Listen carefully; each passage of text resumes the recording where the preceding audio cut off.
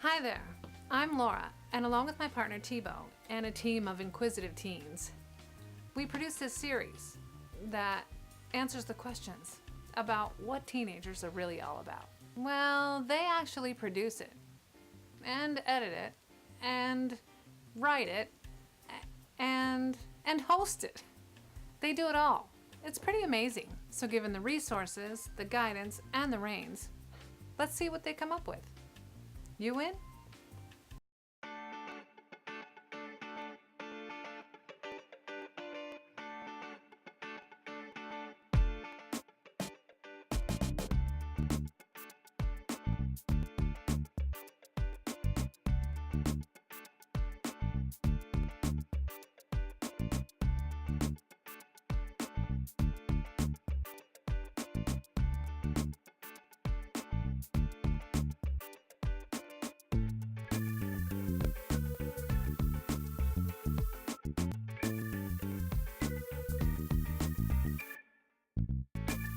Hey people, it is still cold outside, and on today's show, we've got an interview with stunt bike rider Chris Poulos and some highlights from Breckenridge's snow carving festival. So check it out. Hi, it's Haley, and you're watching Teenage Critic. And today I'm here with Chris Poulos, a motivational speaker and a professional bike stunt rider. So how long have you been stunting? I've been riding a bike for 38 years, so it's been quite a while. And where do you train? I train here in Rhode Island. I live in Narragansett. I grew up in Providence, and a lot of times I train in a basketball court in my house, sometimes in an indoor place. There's some really good indoor places around that you can ride, so I get a lot of time in. And do you compete? I don't compete anymore. I stopped competing a couple years ago, but I've been in 413 bike competitions in my career. And I won the World Championships once, the National Championships twice, and a lot of other things in between. Where have you competed? I've competed in 40 different countries and in every state. What inspired you to become a bike stunt rider? I became a bike stunt rider by accident. Just as a kid, I used to like to ride my bike and play around and take my hands off and my feet. And then I started BMX racing here in Rhode Island. We had a couple tracks, and there was one in Seekonk area. And I just started playing around and met people that like to ride bikes too. And we used to play like bike tag and bike soccer, and we made up our own games on a bike.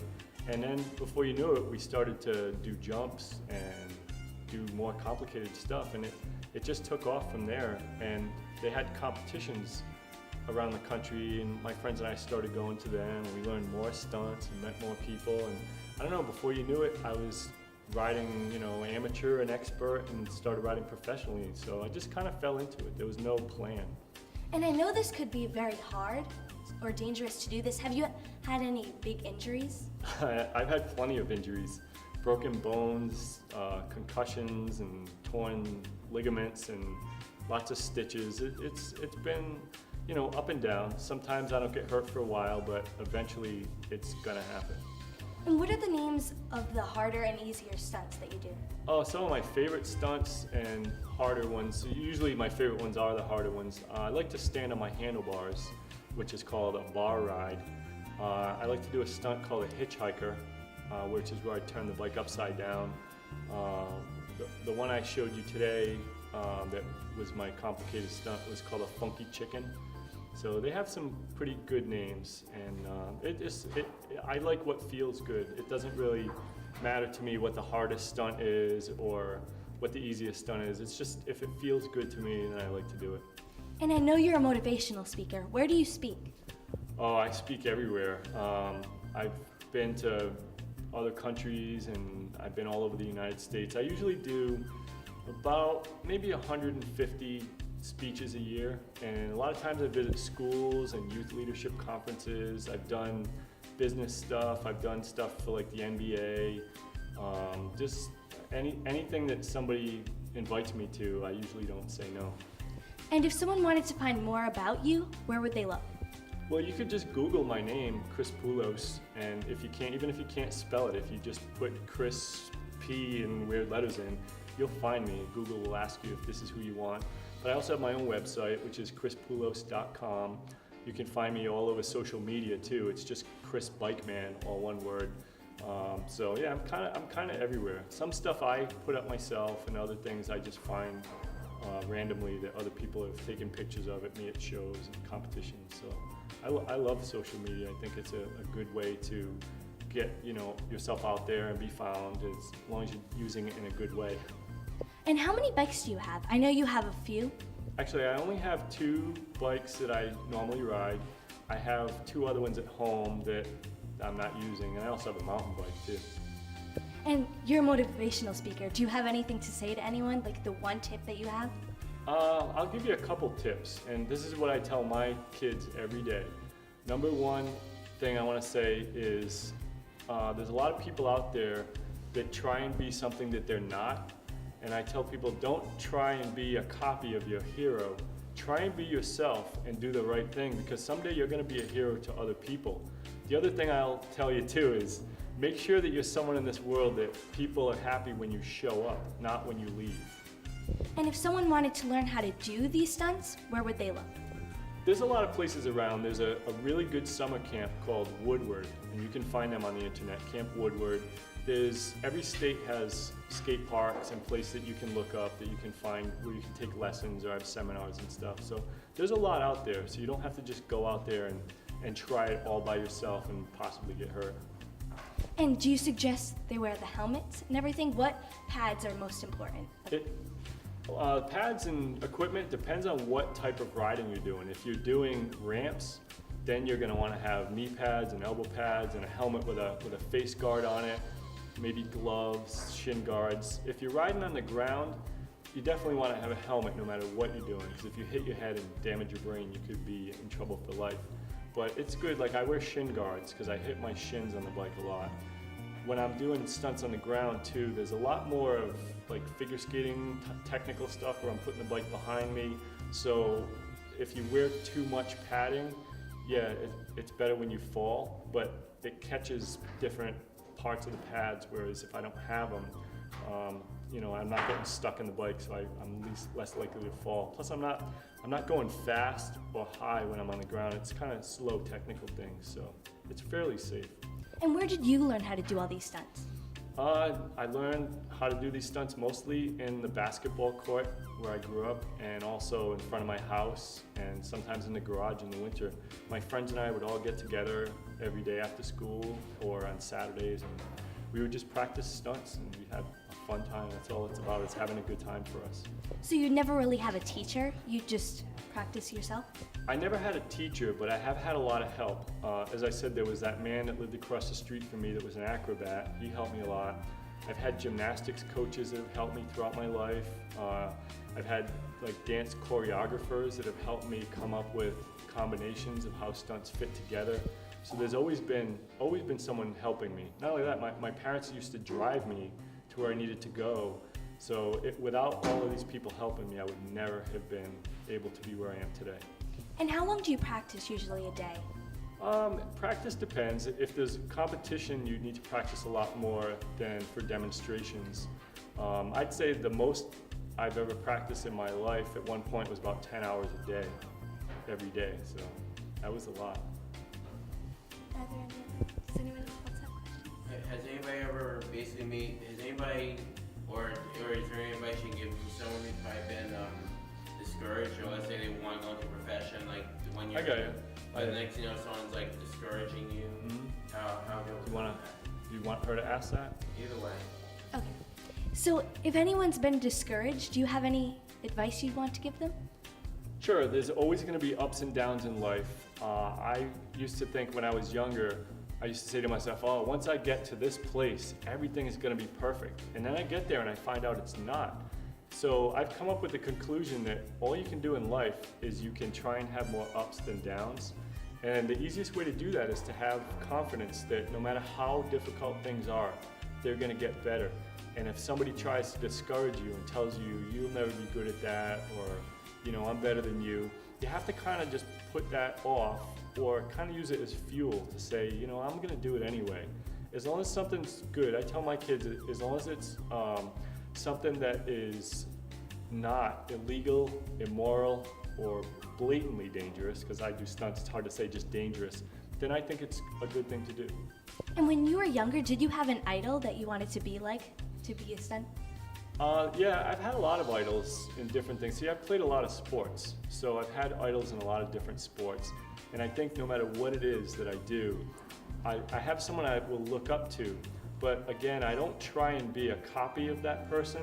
I know you'll see people that, they look up to LeBron James, say, and they wear all LeBron James's gear, and they, try and make the same shots as him and try and be like him.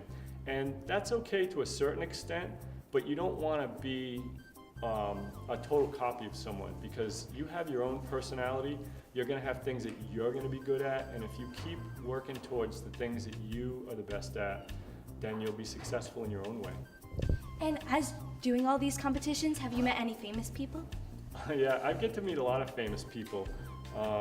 I don't know, off the top of my head, I meet a lot of actors and a lot of musicians, because music and extreme sports go together a lot. I don't know, all the people you see on TV that do extreme sports, we all know each other. It's kind of funny too, because if I think about it, I might be having dinner with Kevin Robinson or Tony Hawk, and it's like we're just friends. There's no weird thing about it, like, oh my God, it's this person. So it's kind of a different world. And I think too, because I don't live in Hollywood, I live in Rhode Island, it is a little bit different for me, because I still kind of look up at some people in awe that I see on TV, but it's kind of different. I'm not asking for their autograph or anything, because that wouldn't be appropriate, because we're kind of like all in the same same profession. It'd be like all the teachers in school going up to each other going, oh, can I have your autograph? And be like, oh, that's weird. So thanks for talking to us.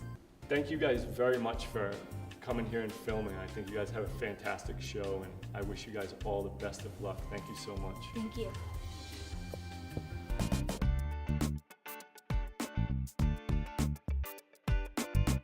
Coming up next, we step back in time a little bit, and the team heads over to Faneuil Hall.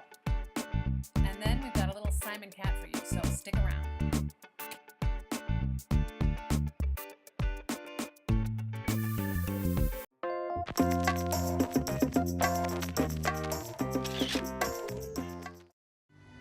Hey guys, this is Kira here with Teenage Critic. Today we took a road trip to Boston and we're at Faneuil Hall.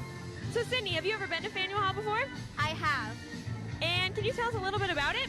Yeah, so for those of you who don't know, Faneuil Hall is basically this giant outdoor marketplace, and you can find everything from food and shopping, and people are breakdancing over there. It's just crazy.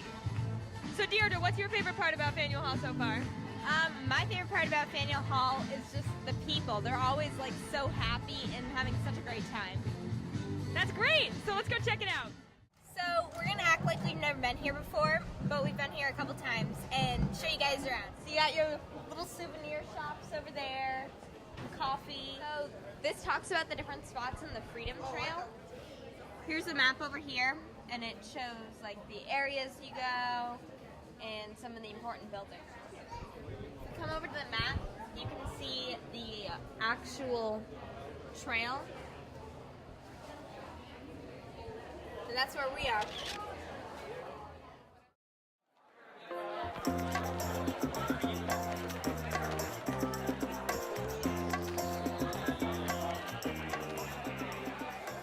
Hey guys, this is Sydney from Teenage Critic, and right now we're basically in the heart of Faneuil Hall. So there's three main markets. There's North Market, Quincy Market, and South Market. And inside each of those markets there's food, and more food, and shops, and everything you can possibly think of. So we're just gonna roam around, see what there is. So behind me is a weather vane called the grasshopper weather vane. And back in the 1700s, people used it to identify British spies. So what they would do is they would ask the suspects to identify the animal or thing on the weather vane. And if they answered correctly, they would not have to worry about them being spies. But if they didn't answer correctly, they would know that they were a British spy, because the thing on top is a grasshopper. So that was kind of like their code. So that's the story. Hi guys, it's Deirdre, and I'm here with, what's your name? Jenny. Jenny, and you are I'm a horse carriage driver. what's your horse's name? Her name's Nellie. Nellie, and how long have you been a horse carriage driver? I started in the spring, and I went through training pretty much till June, and then I got my license, and now I'm out here and been doing it. What do you like most about your job? I love hanging out with the horses. They're real sweethearts, really friendly animals, and I like to meet everyone, you know, from everywhere. I meet a lot of different people out here. Have you had any like really crazy people? Oh yeah, I mean, we get crazy people on a daily basis out here in Boston. It can get a little bit hectic sometimes, but it's really just about knowing your surroundings, knowing how to keep your horse safe. What got you into this job? Well, I started working with horses when I was 7. Always was riding them and stuff, and I'm from Maine, and I moved to Boston for college, and I wanted a horse outlet here, basically, so this is my horse outlet. Well, thank you so much for talking to us, and I hope you have a great day. Thank you, you too. Hey guys, it's Kira here again, and Ethan's come out from behind the camera because he's a little hungry, so we're gonna head inside and check out some food. So Ethan, have you ever been here before? I was here a couple years ago, yeah. Have you ever eaten here before? No, actually, I haven't, no. So we're gonna go inside and see what looks good. What should we eat, Kira? Well, I love the cannolis, so I hope we can go get some of those. We have every kind of food you can think of here, so what do you want? What are you in the mood for? Whatever looks good, because I'm hungry. All right, let's go! Ethan wants some kind of Oriental food, so let's go. Ethan found his Japanese food. What are you gonna get, Ethan? I'm gonna get the chicken teriyaki. Good choice. Quincy Market, in case you guys didn't know, and like literally you can find everything from Asian to Indian to like classic Bostonian. It's just like anything you want you can find in Quincy Market. Can I get one bowl of clam chowder, please? Thank you. Yay! Okay, I'm gonna turn the mic over to Deirdre because she's gonna order dinner too. I don't have any idea on what to eat, so we're gonna give the mic to Kira. Hey guys, we're gonna go see if we can find Sprinkles ice cream place. I think it's all the way at the end. It's so crowded. Oh, I see Sprinkles.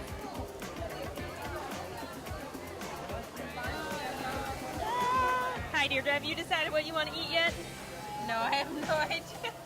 Hey guys, this is Sydney and I'm here in Faneuil Hall. So, what are your guys' names? My name's Stephanie. Genevieve? Brittany? And what are your thoughts so far in Faneuil Hall? I mean, I've lived here my whole life and I never ever get tired of anyone. What about you guys?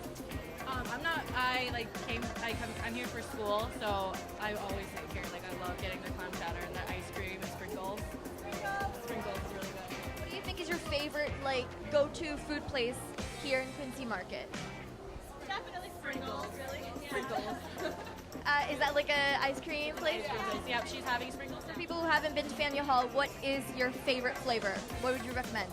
Oh, definitely Green Monster. It's mint with like Oreo and fudge swirl, and it's named after the Red Sox Green Monster wall.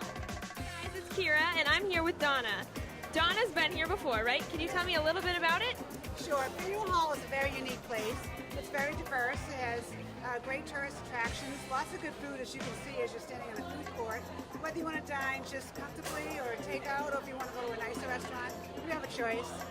So, are you from around here? I'm from Quincy, which is a boat ride away, which we took for about a 30-minute. What's your favorite part about Faneuil Hall? I think it's people watching and smelling the smells, and just, I just love Boston. That's great. Hey guys, it's Deirdre from Teenage Critic, and I'm here with Henry at Faneuil Hall. So Henry, what brought you here today? I was just bored, so we decided to come here in Boston. And what's your favorite part about Faneuil Hall? The Shipyard, a really good cookie shop. Ooh, cookies. What's your favorite type of cookie? I just like the chocolate chip. Those are my favorite too. Do you like the street performers here? Yeah. Yeah? Which ones have you seen today? We just saw just breakdancing people over there. Cool. Where are you from? Needham, Massachusetts. Oh, so that's close. Do you come here often? Yeah, like every month. Nice. Thanks so much for talking to us. Hope you have a great day. You too.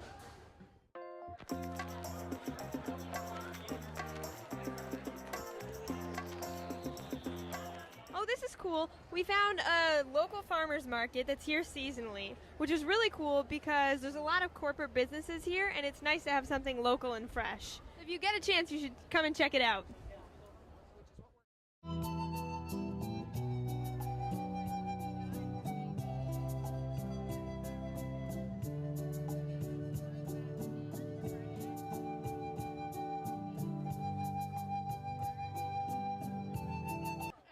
Hey guys, it's Deirdre from Teenage Critic, and I'm here with Kira. Hey guys. And we're going to talk a little bit about the history of the place. Faneuil Hall was founded in 1742 by a man with the last name of Faneuil.